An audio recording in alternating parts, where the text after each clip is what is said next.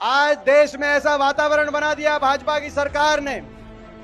जिस वातावरण में भाजपा के काले भ्रष्टाचार ने, जिस भ्रष्टाचार को पूरी दुनिया देख रही है, बड़े उद्योगपति घरानों को लाभ देने के लिए सरकारें भाजपा की झोंक दी गई। भाजपा की केंद्रीय सरकार से लेकर प्रदेश सरकारें तक झोंक दी गई भाजपा के कुछ मित्रों को लाभ पहुंचाने के लिए।